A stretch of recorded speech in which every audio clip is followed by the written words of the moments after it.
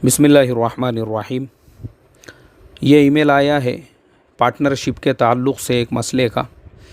जिन भाई साहब ने ये ईमेल भेजा है उन्होंने ये लिखा है कि मैंने एक दोस्त की मारिफत उनके भाई को 5 लाख रुपये दिए। उन्होंने ज़ुबानी कहा कि इंशाअल्लाह 1000 रुपये डेली का फ़ायदा होगा, जुमा को हिसाब करते हैं और फिर नफ़ा देंगे। 10 दिनों के बाद उन्होंने 8000 रुपये लाकर दिए। चलो मैं खुश हुआ। 10 दिनों में 10,000 रुपये ना सही 8000 रुपये तो मिलेंगे, लेकिन बाद में उन्होंने कहा कि 1 महीने के बाद हिसाब किया करेंगे और महीने के 15,000 रुपये देना शुरू किए। बाद में 13,000 रुपये, फिर 12,000 रुपये। अब तो कई महीनों से 10,000 रुपये दे रहे हैं और अब तो पिछले 5 महीनों से कुछ भी नहीं दे रहे हैं और कह रहे हैं आपके 10,000 रुपये महीने के हिसाब से मैंने 50,000 रुपये देंगे। कह रहे हैं कि कारोबार नहीं चल रहा है। अनार और अंगूर मेलोरी से लाकर पूरे इंडिया में देते हैं। मसला ये है कि वो BC के 24,000 रुपये हर महीने अदा करते हैं। पूरा घर खर्चा अच्छे से चल रहा है। अब मुझे पूछना ये है कि उनका ये अमल मेरे काबिल कबूल होना चाहिए या नहीं, और वो जो 10,000 रुपये हर महीने को दे रहे हैं वो मेरे लिए जायज़ हो रहे हैं या हराम कमाई हो रही है। जिन भाई साहब ने ये सवाल पूछा है उनसे मेरा ये सवाल है कि आपके जैसे लोग मसले मसाइल कब पूछते हैं? जब वो गले तक अटक जाते हैं। क्या आपने ये मुआमला करने से पहले किसी मुफ्ती साहब से मसला पूछा था? क्या आपने 2 लाख रुपये उनको 5 लाख रुपये कारोबार के लिए देने से पहले लिखा पढ़ी करके लिए थे? तो कैसा है अब आपका ये मसला पूछना? ये कुछ फ़ायदा ही नहीं है इसका। ये ऐसा ही है जैसा कपड़े निकाल के पानी के अंदर कूद जाना, जब अपने को तैरना नहीं आता था और जब गले तक अटक गए, अब पूरे डुबकियाँ मार रहे हैं पानी में, उसके बाद चिल्लाना कि भाई मुझे बाहर निकालो, मुझे बाहर निकालो, मुझे बाहर निकालो।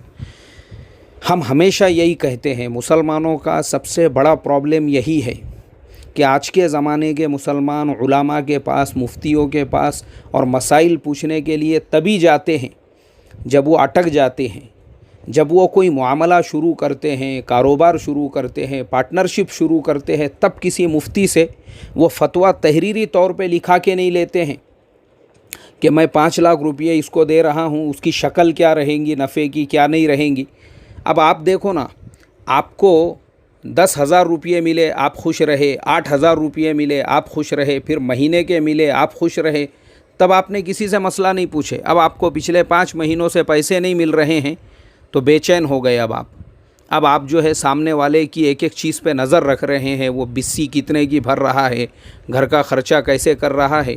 तो देखो भाई कैसा है, ये अभी आपका मसला जो है ना ऐसी कंडीशन और ऐसी हालत में आ चुका है कि इसका हम कोई हल आपको नहीं बता सकते हैं। आप अगर शुरू में आते थे तो हम आपको उसकी पूरी सूरत और शक्ल बता सकते थे कि आपका लेन देन और आपका व्यवहार और आपका कारोबार किस तरीक़े से होना चाहिए था। तो क्योंकि देखो मैं आपको सिर्फ़ जो मुजारिबत है उसका मसला आपको बिल्कुल बताऊंगा किताबुन नवाज़िल के हवाले से, लेकिन आपने जो शक्ल और सूरत अभी बताई है, क्योंकि आप अटक गए हुए हैं, तो वो आपको उसके लिए रास्ता निकालना है। और अब आपके दरमियान में जो मुआमला हुआ था, क्योंकि वो गैर शरई मुआमला था, पहले ही आपने शरई मुआमला नहीं किया। शरई मुआमला क्या होता है किताब व सुन्नत की रूह से, वो अभी मैं आपको बताता हूँ। किताबुन नवाज़िल जिल्द नंबर 12 सफ़ा नंबर 64 हज़रत मुफ्ती साहब ने सेम टू सेम मसले का जवाब लिखा है। यानी जो किसी ने उनसे पूछा है कि पार्टनरशिप किसे कहते हैं, तो देखो पार्टनरशिप 2 टाइप की होती है।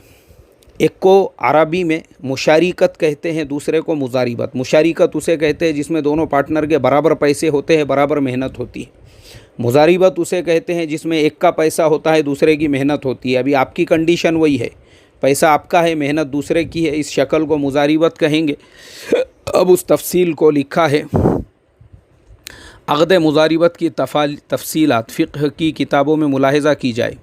خلاصہ یہ ہے کہ مضاربت میں ایک فریق روپیے لگاتا ہے، دوسرے فریق کی محنت ہوتی ہے، نفع میں دونوں آپسی و رضامندی سے فیصدی کے اعتبار سے شریک ہوتے ہیں، اور نقصان کا ذمہ دار وہ فریق ہوتا ہے جس نے پیسہ لگایا ہے۔ محنت کرنے والا فریق نقصان کا ذمہ دار نہیں ہوتا ہے، البتہ نفع نہ ہونے کی شکل میں وہ بیچارہ نفع سے محروم رہتا ہے، کیونکہ اس کی محنت گئی، وہ محنت اس کی رائے گاہ چلے گئی، بیکار چلی گئی۔ یہ ہے مضاربت کا مسئلہ، جس میں آپ کا پیسہ ہے، سامنے والے کی محنت ہے۔